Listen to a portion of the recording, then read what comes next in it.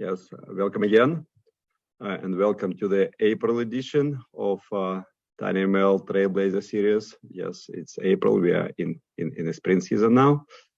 tinyML Trailblazers is the place where we'll share with you success stories from people who drive this field, who lead this field, and who are tinyML mindsets and pioneers. And we are very fortunate to have our guest from France today, Loic Lietar. Loic is a veteran in the semiconductor field, and he is one of the pioneers in tinyML. In fact, Greenwaves Technologies is one of the first companies who started doing dedicated silicon for tinyML applications. And today he's going to share his wisdom, his experience, lessons learned, and a little bit of a crystal ball where he thinks this field is going to be moving forward.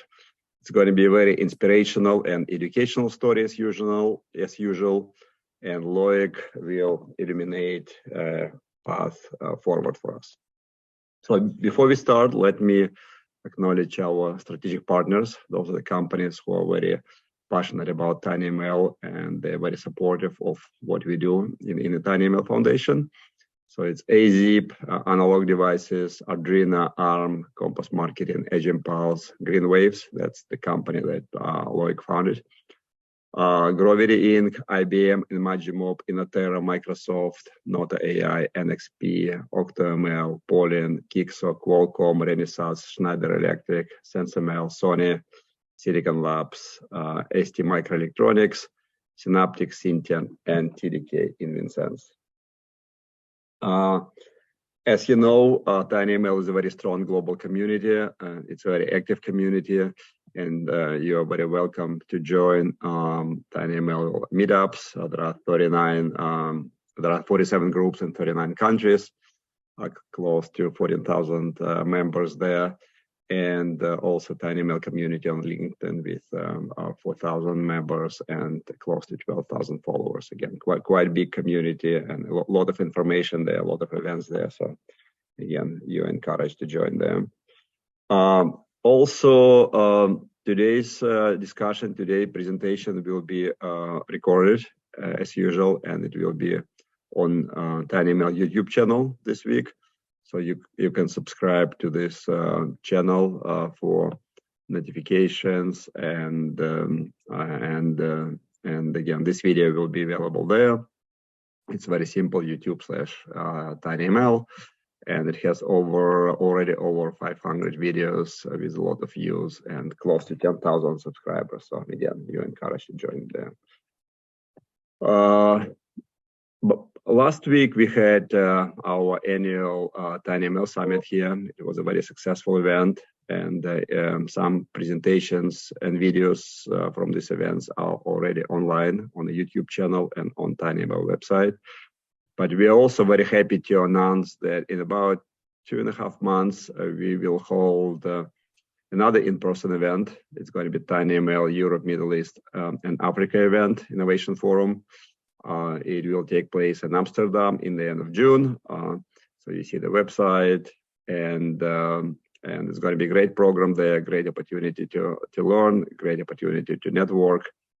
The program is going to be available online next week, and also registration is going to be open next week for this event again.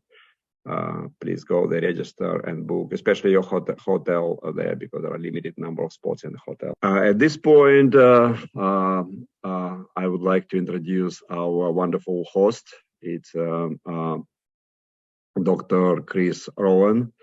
He is a vice president in the AI group in Cisco, and Chris is very well known in the Silicon Valley community, in the high-tech community, as an entrepreneur, as a technologist, and also as a person who really very active popularizing science and technology and reaching out to communities like tinyML.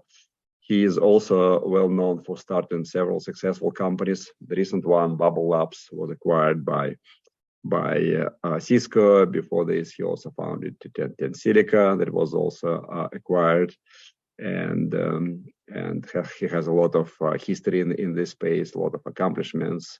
So really very fortunate to have Chris as the host of this series. Okay, Chris, the mic is yours. Well, thank you so much. And it's a particular pleasure to have a chance to introduce Loic, who is, of course, the co-founder and CEO of Greenwaves. Greenwaves is a fabless semiconductor company building a fundamentally important silicon computing platform that really is almost perfect for this age of tinyML. Prior to starting Greenwaves in 2014, he worked for 25 years at ST Micro, where he held almost every position of importance and influence in the company, and really understands this complex relationship between computing innovation, silicon platforms, and the whole ecosystem of players that it takes to actually get things done. So it's an honor and a pleasure to welcome Loic. Let's start with maybe a little bit of the origin story of Greenwaves. How did you decide with your co-founders to do it? What did you set out to do? What was the situation in the world that told you this is the right time to start a company with this kind of a mission? Yeah, so thank you, Evgeny, for the invitation. Chris, it's really a pleasure to have this discussion with you today. So Greenwave, and you can see that the logo was not started as a processor company, but as a radio company. The idea was to build a long-distance, ultra-low power, higher data rate than the LoRa's of the world type of communication. So this is what we did a bit by chance for the first 18 months of the company.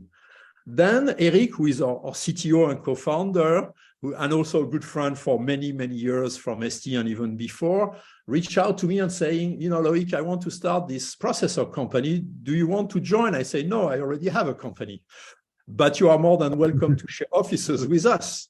And at the time, we were looking for an architecture. It was not yet a processor architecture to support the type of communication modulation that we were looking for that wireless company.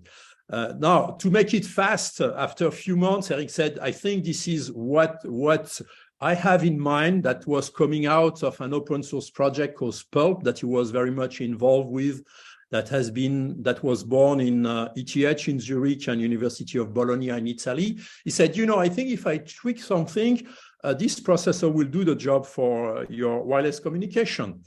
And then we had dinner, I remember well, with my chairman at the time, who is still our chairman, and Eric and myself, and we decided to merge the two projects, and we raised the first round on that duality of Eric's with processor for the name tinyML didn't exist at the time, right?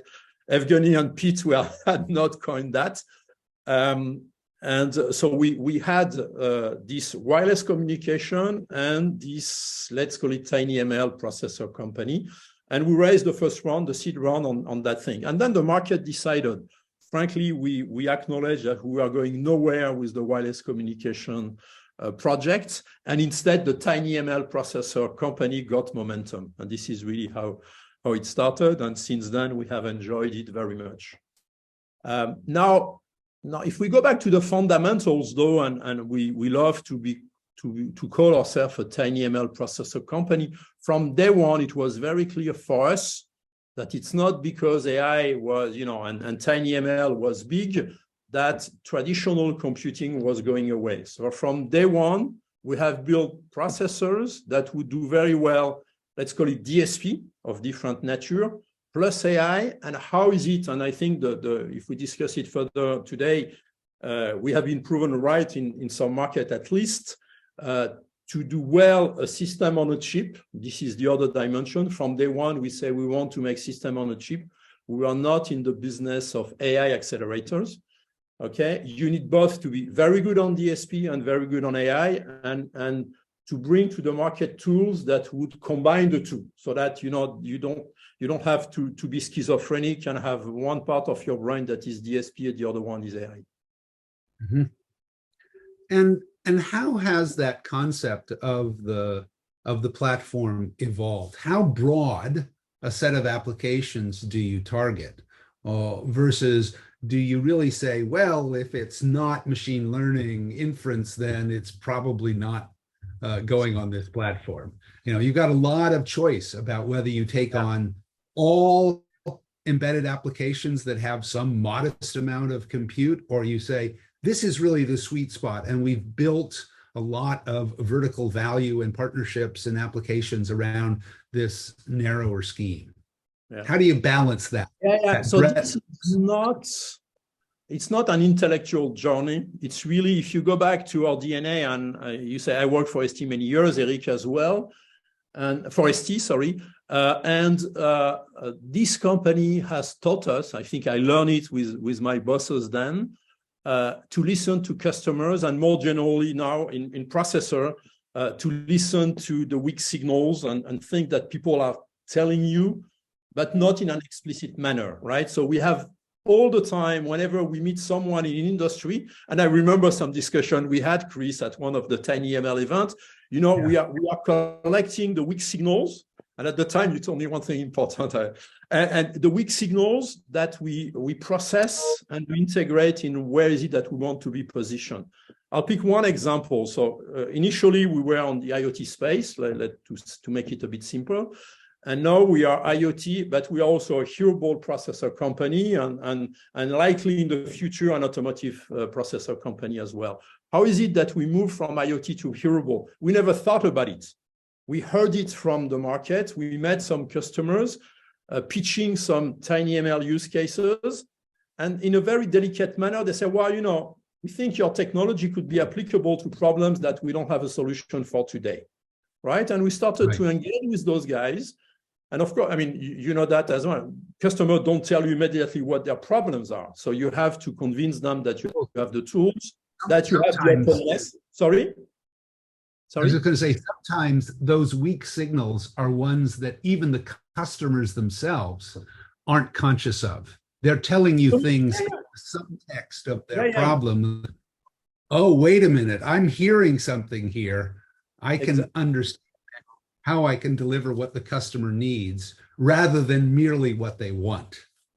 Absolutely, and it's about trust. It's about, you know, listening.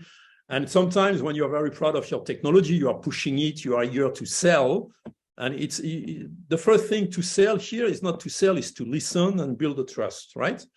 To engage, to have no visibility on where you'll be doing business with that customer and those things, right? So it's really how we transition from you know, being IoT hearable.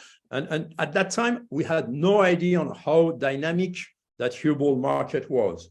You know, the growth rate, the numbers, the leading edge there, we had no idea. And we learned that with the customer, with partners, with software partners. There is another, so I mentioned DSP and AI. This was really the beginning of our architecture. And Eric, by really subtle discussion with people, I'm sure if I was meeting them and say, you know, this idea came from the discussion with you, as to your point, they had not realized that Eric had implied from that discussion that he needed to add something that is extremely innovative, which is an ultra-low latency DSP engine, right? Which is not exactly a DSP, but something that helps you do things like ANC, for example, right? So those things is really, I think, fundamentally, before technology, there is a bit of vision of the markets and the ability to, like a sponge, you know, to get things from interaction with the industry and adjust your project as you go. But the fundamentals are the one that Eric came at the beginning, you know, that is the Pearl project that has evolved a lot. One comment, for example, initially, he didn't have in mind that we would need some fairly sophisticated tool to be able to exploit the architecture facing having to port neural networks in terms of resource allocation, memory hierarchy, and all that stuff. And it's really one, we have a customer, we never sold anything to that guy, to that customer, prestigious one, but he gave us its neural network and said, could you port it on your machine? It was really the first customer engagement. We were so excited. And after a couple of days, Derek said, it's hell. I need to come out with the tools that not automate, because this is simplistic, but that I could drive to make sure that I make the right resource allocation. And this has become a key piece of the technology that was not on the initial vision. So it's really, it's a journey, frankly. That's a good point on which to expand, because it is always the case around a processor platform, a computing platform. There is all kinds of tools and applications and support stuff that is needed to make it useful for humans. So what did you find you needed? Clearly this example of the allocation tool is one of them, but you have to build up compilers and models and low-level computing libraries and debuggers and all of that. And then there's usually some collection of reference applications or third-party partnerships for applications or packages to import different kinds of machine learning representations. I don't know whether it's a TensorFlow Micro or Onyx. You've got all these different tools and applications. So how did you go about thinking about which ecosystem partners you wanted, what kinds of functions needed to be in, what things you would lean into with investment, and which things you would just recruit and sort of hope that the community provided? How did you develop the ecosystem? Two things. There are two guiding principles, and I'm religious about it. One is to be adopted as a newcomer, a startup coming from nowhere. We say we will not ask our customer to change the way they work. Okay, so that's one. Sometimes we succeed, sometimes we don't. But this is the objective. So we want to facilitate our customers' work. And my favorite customer quote is, I do in 1 week on Gap 9 what takes me 5 weeks with my current supplier. Okay, independently of the fact that we can do more. 1 to 5. This is huge. That's one. So here and again, most of the time in a couple of days we have customers end up running. So we tell a lot about where we are versus not changing the way the customer think and work. That's one. The second one, whereas the only thing we sell as a product or give as a product is the chip and the tool chain, we also develop, and we have almost 10 people in the company, a company of 45 people, so it's a big chunk of colleagues that develop, that are as competent as our customers in their space in terms of algorithm, okay? So they do develop what I call illustrations. So those are algorithms that are similar to the one that our customers will want to use, whether they develop those algorithms by themselves or whether they are coming from third party, but they are not products. But at least those colleagues of ours are going through the same experience, sometimes the same pain that our customers and partners will go through, which means that we can anticipate as much as possible what will be the needs of those customers for their life to be simple with us. Yes. But again, this is I take it as a marketing investment, but those are things that we'll never sell and never give, not even give as a product, to understand our customers. Right. So this was at the beginning. Then, sorry, maybe now we have, with a number, and there are not many, a number of customers, we have such, I believe, a trustful relationship that, we operate almost as if we were an integrated team. And they are, they really tell us, instead of bitching and say, wow, this is crap, blah, blah, they just tell us what they would like to have. And we try to be extremely responsive in meeting their needs. The challenge here is to make sure that we listen to the customer that we think are representative of all the customers, right? We are not in the business of making custom things for only one guy.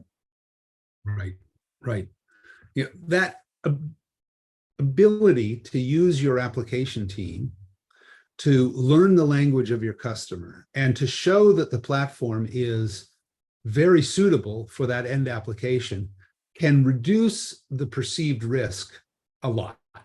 That Absolutely. It really does move to that classical consultative selling mode when you have that engineer to engineer dialogue at a high level of sophistication. And that's what comes from investing in sample applications. Yeah. And those guys, to be frank, in the first engagement, so the R&D team, so Eric, of course, the CTO, but not only the few top technical guys are really in front of the customer, because ultimately this is what we sell, right? The trust, and those we start with very sophisticated customers. So if we are, if we get their time, means that our offer has some value. And we build that, and the only thing that those, the top engineers only want to discuss with top engineers. It's easy. So this is what we sell for. I mean, in a noble manner. This is what we sell first, and then the rest follows. Okay, and those guys understand, because often my experience is, those top guys at the customer's place, if they decide not even to use us, but to invest some of their time on our product, they're putting their reputation within the company at risk, right? And they want to cover their shoulder. They want to make sure that if they hit a wall, we will be there to help them. This is really what we are trying to build first. Yeah. In every startup, in every effort to build from nothing into something, there are roadblocks and setbacks and situations where you assumed that this would be true, you pushed hard on that assumption, and you just hit the wall. And you had to figure out what happened and pick up and figure out how to break down the wall or go around the wall, whether it was business strategy or a technical strategy. Can you describe one recent situation where you've had to really rethink? Now, I understand there was one big turn when you moved away from radios to a computing platform, but maybe you have another example of a place where either technically or in market approach, you really did a rethink and a change, or you hit a block and you just said, no, we're going to push through this one. Other people would change course, but we're going to tough it out. So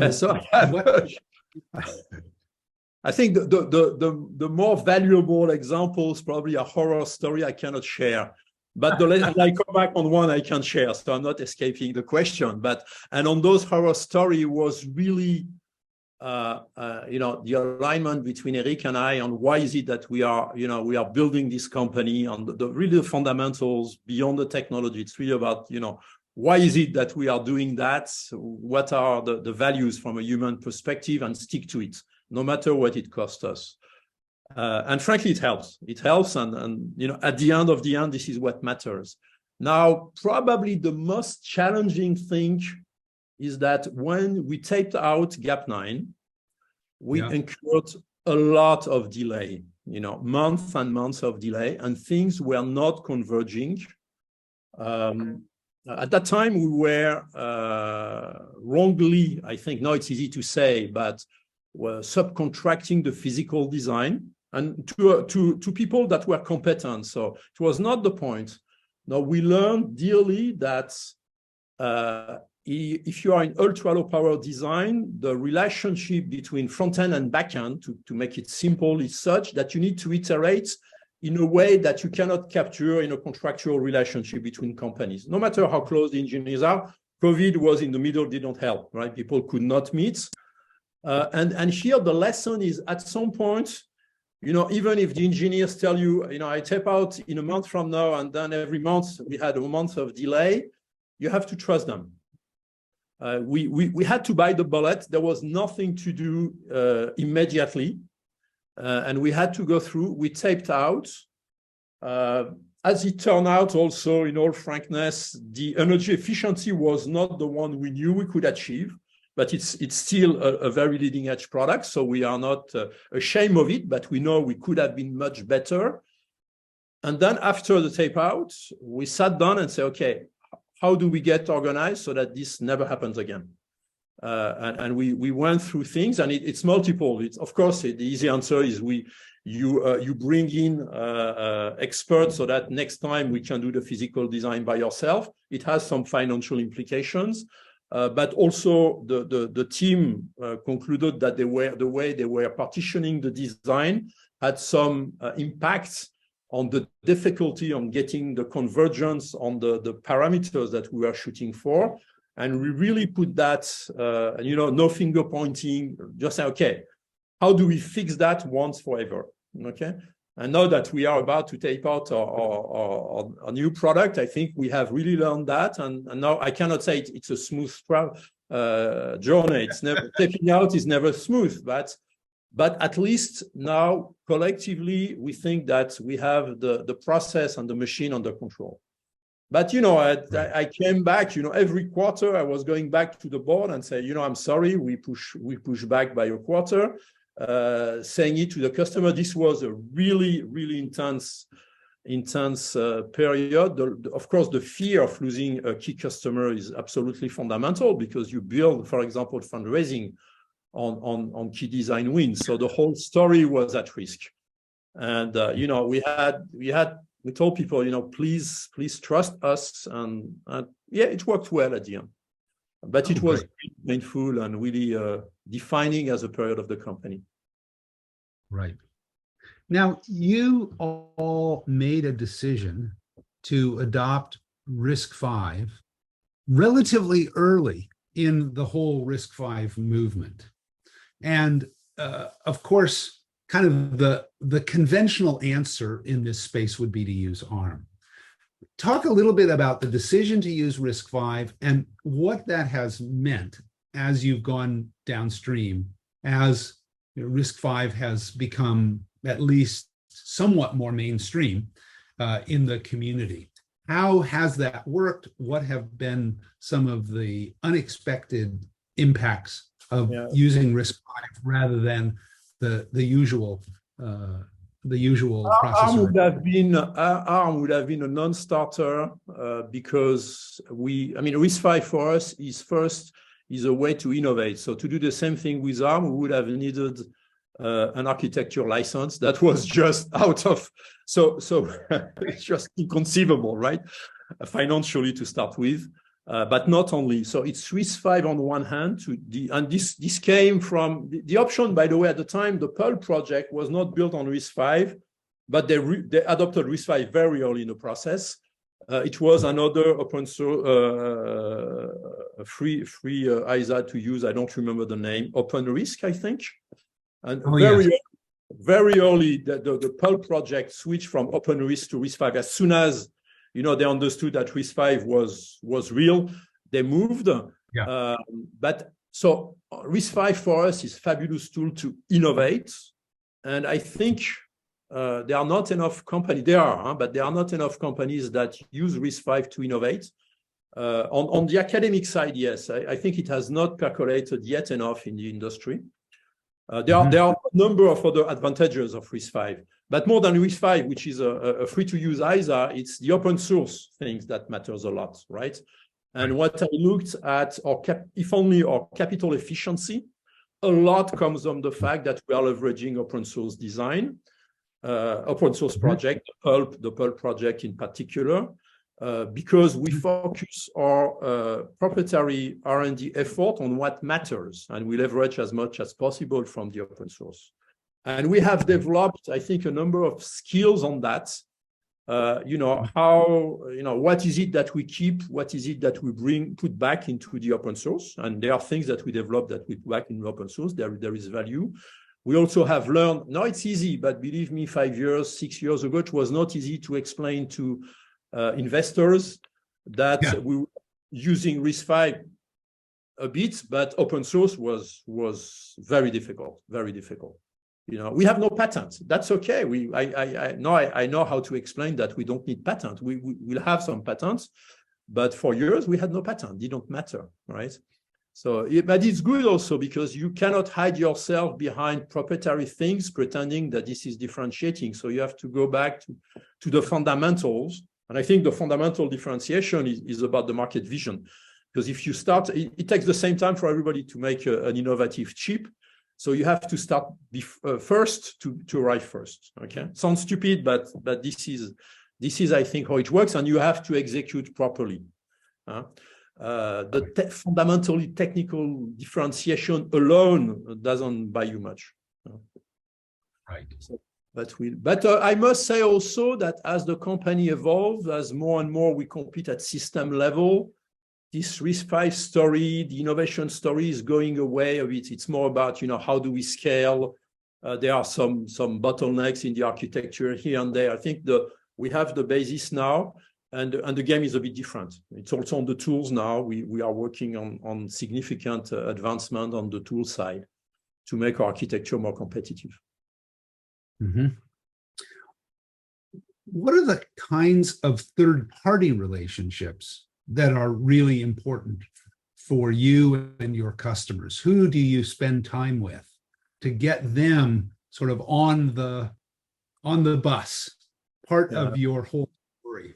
Yeah. So we have, as I said before, we have, and those are the first one we engage with, and we keep doing it on the leading edge, customer that really master their application, their algorithm. But those are very few. So for when we get a good understanding of what is the next frontier in terms of algorithm, and this is a moving target, we engage with algorithm vendors that are really on the leading edge, the guys that have technology that in our space cannot run by a lack of a processor that can do the job, in the power and cost ballpark, right? Because those guys are natural partner. Otherwise, if they have alternative, believe me, they will work and ring Qualcomm or ST, whoever has a processor with a big footprint, because for a marketing platform, this is much better to work with Qualcomm than to work with us, as an example, right? They will generate much more business, no doubt about it. At the same time, if there is something that a competitor cannot do and only us can do, then we are the obvious partner. And then they are willing to collaborate. They are willing to have sometimes their technology tuned so that it runs well on a processor, because no one else. I have an example I cannot mention right now, a very sexy application that I think no one in industry right now believe it can run on a processor of that class, right? And we'll be bringing to the market something with those guys that are coming from the PC world, right? Or the server world, and bringing those algos onto a processor to the market, right? So it's really, we need to bring to them a significant reason to engage with us and not with the big guys. So that's for algorithm. The natural partnership for us, of course, is being on the hearable is the Bluetooth players.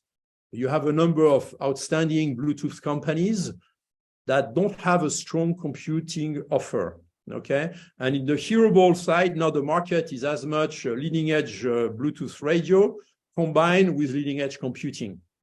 And there are very few companies that master the two. So we have a number of natural partners, and we are discussing, how to have perfect combination of those two important functions, how to put them together in the same package, and so forth. Yeah. So those are the two. I'd like to turn a little bit to the European startup scene. Back in 2014, when you started, it was still pretty unusual to see deep tech startups coming out of Europe. I think the situation has gotten much easier, or at least somewhat easier, because of the evolution of the whole venture climate in Europe. But say a little bit about what it was like getting started, getting funded in the early days, and what have you seen change in France and in Europe more generally as a climate for entrepreneurs? So, well, there were some bright spots already there. I mean, if you take the UK, you know, and you know, ARM, CSR, you have fabulous successes in the UK. A good number of successes in the Nordic countries as well, and Israel, of course. If you EMEA, sometimes we believe, in many cases, Israel is part of Europe. On you know, all the European projects also apply to Israel. So it was a vacuum. Then France, you know, France, Germany, and so on was very difficult. I think for it's not. I don't think it's because the venture capital scene was weak, or the startup scene, which is an ecosystem of startup and investor, was really weak. But it was also that industry was and is still completely dominated by ST, Infineon, NXP, right? Or Philips Semiconductor at the time, probably. Yeah. So those guys were taking all the light, all the money, all the attention, and no one was figuring out that, yeah, but startups are important. You have few counter examples, but very few. Since then, what has changed? If I'm a bit provocative, in France, not much. Okay. No, so there are few projects, but if I count the number of fabless semiconductor startup in France right now, my 10 fingers are enough. Maybe 5, 6. So we are not there yet, but we have progressed. I think the government, by the way, at French level and EU level, made significant efforts, but it's still what we are missing is a number of investors that really deeply understand semiconductor in continental Europe, which is not the case in the UK, because investing semiconductor companies is something very risky, very specific, and you need to understand it to invest before making $10 million of sales. You know, very few funds in Europe are comfortable. Now, you have corporate ventures, and this is how we started. Soitec is our first investors. I have other corporate investors, and only in the last round, I had now a couple of financial investors, right? And I understand that. By itself, the European market is so small in terms of semiconductor that it's very difficult for a fund to say, you know, what I will do primarily is invest in semiconductor. The market is not big enough. Sounds stupid. So it takes a lot of time to do that. There are very, very few repeat entrepreneurs. I'm a beginner, right? It's my first startup. Right. So we cannot claim that we have people that know how to do it. There are people that have done it in the US, but usually they don't come back to France and do it again. You know, so it takes time. It's a very interesting process.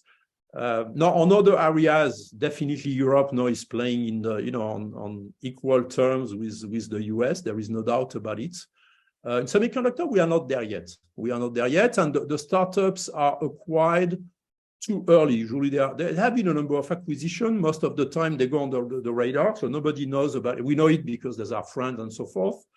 They are acquired for their technology by US companies, usually pre-revenue. Okay, I can pick one example is Laura with Semtech. Beautiful success, but you know, they were sold, they had an FPGA. That was it, right? Yeah. Right. It could have become a European or French story instead, and I think they did it right. They would not have had that success if they had tried to do it by themselves in Europe. It's okay, but it's moving. Yeah. Yes. And I'm hopeful that all the guys here in Greenwaves, you know, they will stay, and next they will fund new startups, and you know, with few of us, we will build a small ecosystem. Yeah, right. I hope so too. What's next? What do you see in your slice of the industry in terms of the big product trends, market trends, application trends? What's new for you? What's next in terms of the evolution of your platform and strategy? What are the things that get your team excited, get you excited, and get your customers excited? Yeah. So the first thing is to make sure that everybody has in its ear a gap processor with the TWS. So because this is a big market by itself. I mean, it's huge.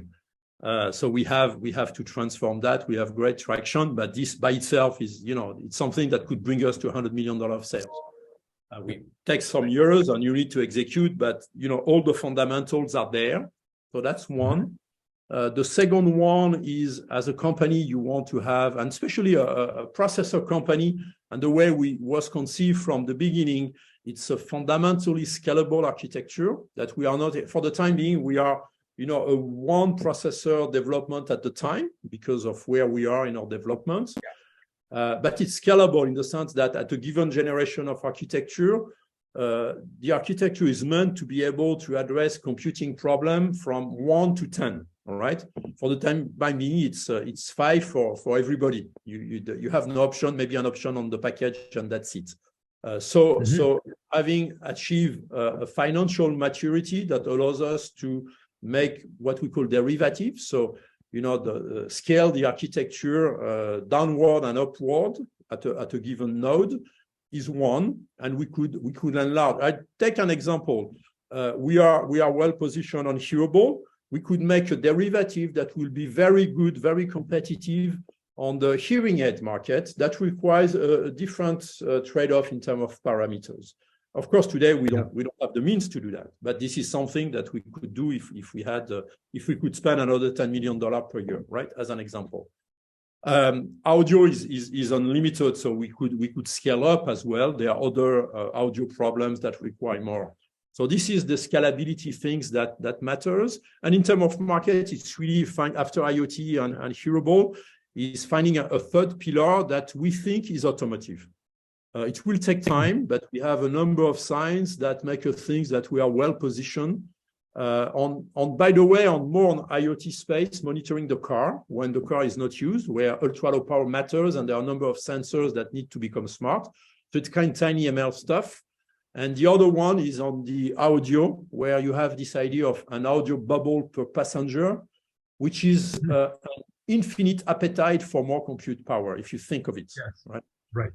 So this probably we have enough on our table for the next, maybe not 10 years, but 7 years.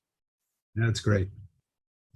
There are some questions starting to come in, and I urge the participants here to ask more questions. But there's a question from Simone. What are some of the quality trade-offs that you have had to consider when designing solutions in this power-constrained environment? The obvious trade-off is the trade-off between performance versus everything else, but usability can suffer if you don't make the right trade-off. So what are the quality trade-offs? The fundamental trade-off, which is, I think, the art of Eric and the core team, is balancing, and I say it in a very, I'm an analog designer by training, not a computer guy. By balancing, if you want to be efficient and especially energy efficient, you have to specialize your architecture. Now, the more you specialize, the more difficult the architecture is to program. And even more, it's the idea of harnessing the theoretical power of the architecture. You have great architecture, but in real life, you get 20% of it because the rest take you so much time to program that you never put the engineering effort to harness it, right? So it is the continuous trade-off, but it's really, it's a fight of every day, is how to balance efficiency, energy efficiency, and therefore specialization versus ease of programmability, software development productivity, and the harnessing.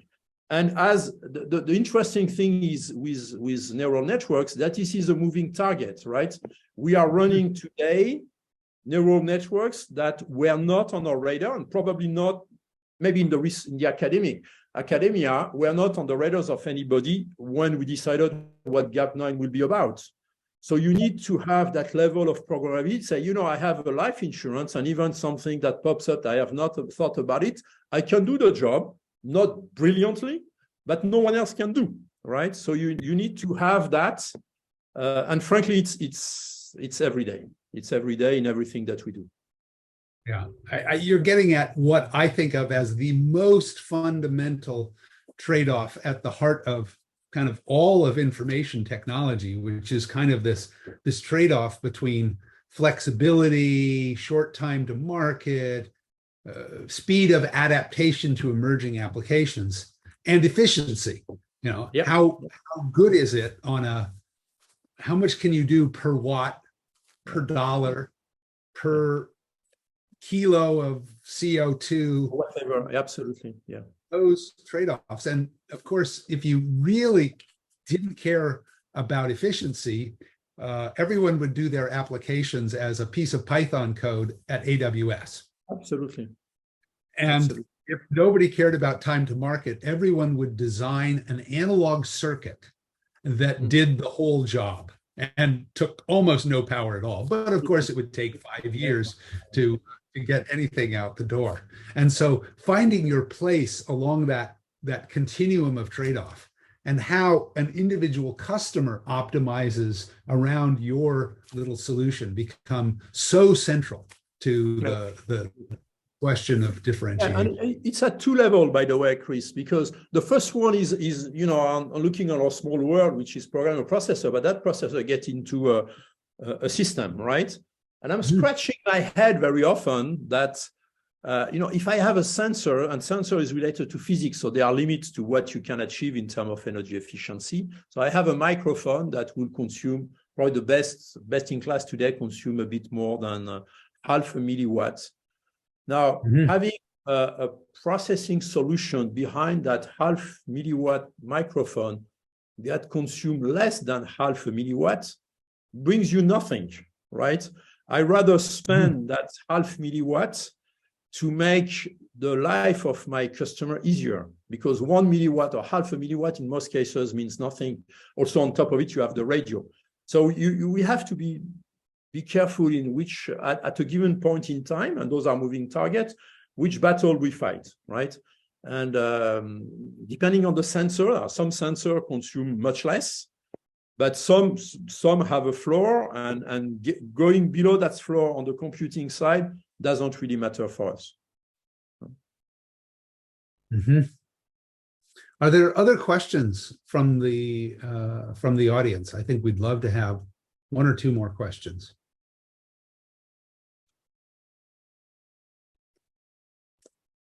I have a question.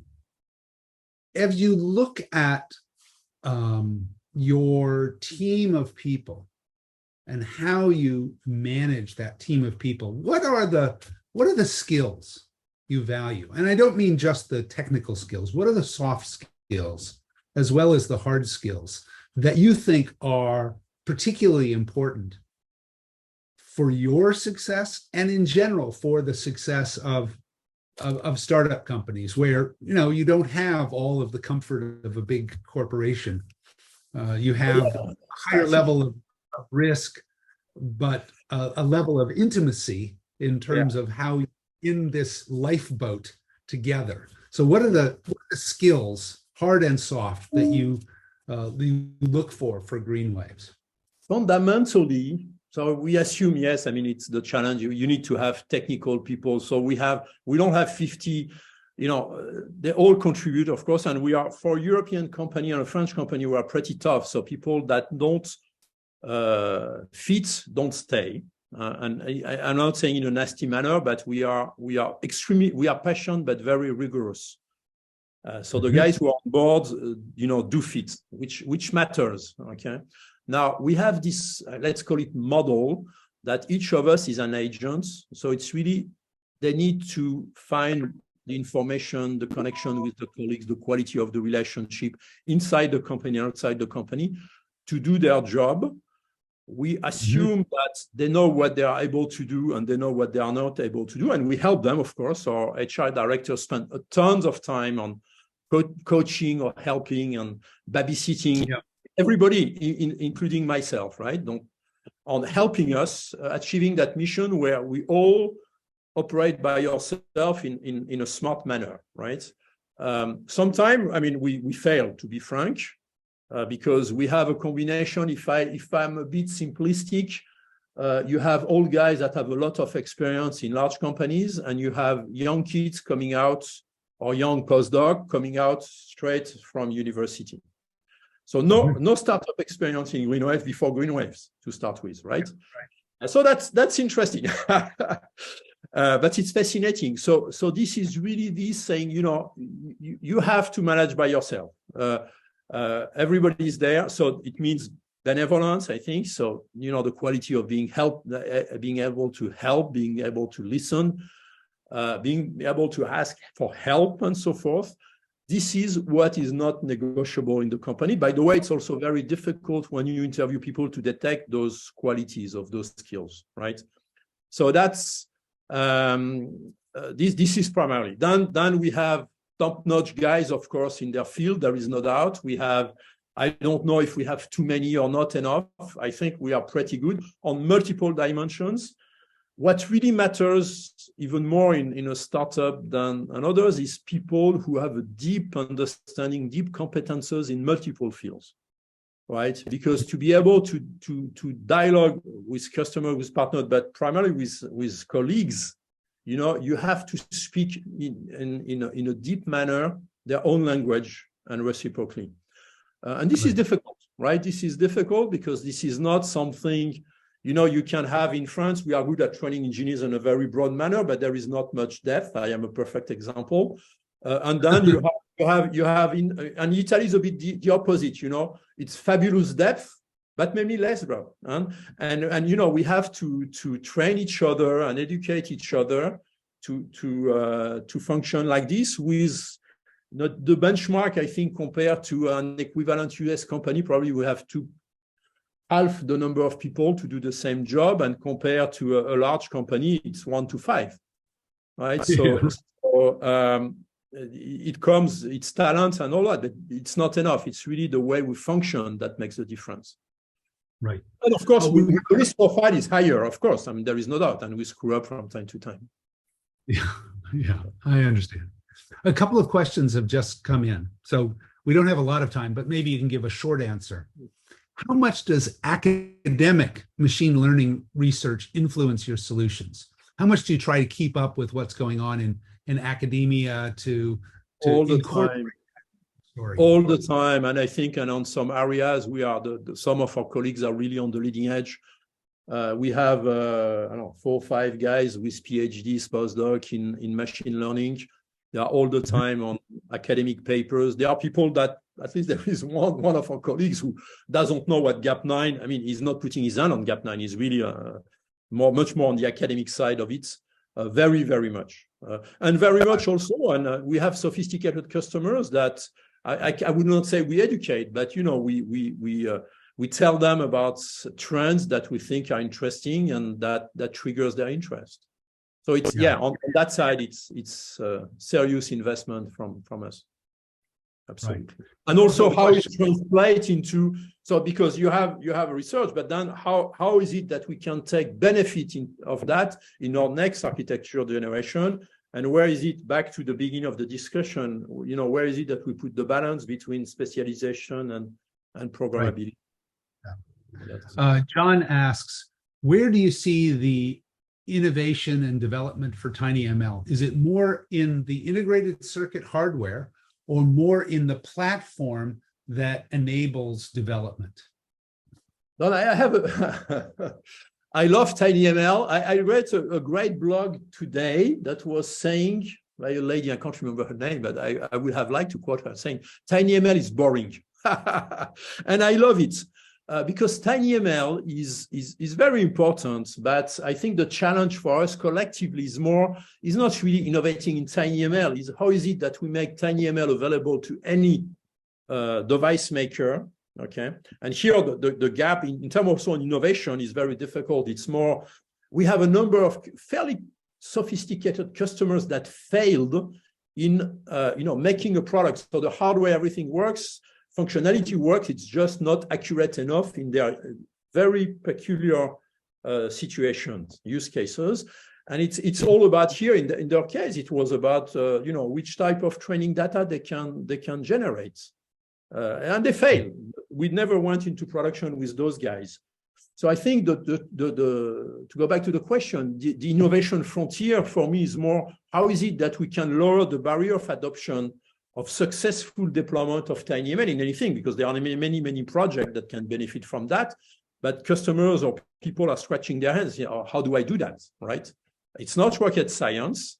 I don't think, but I'm maybe contrary on. I don't think that on tinyML side, architecture is not the challenge anymore. It's not that. I think a number of companies do very decent things.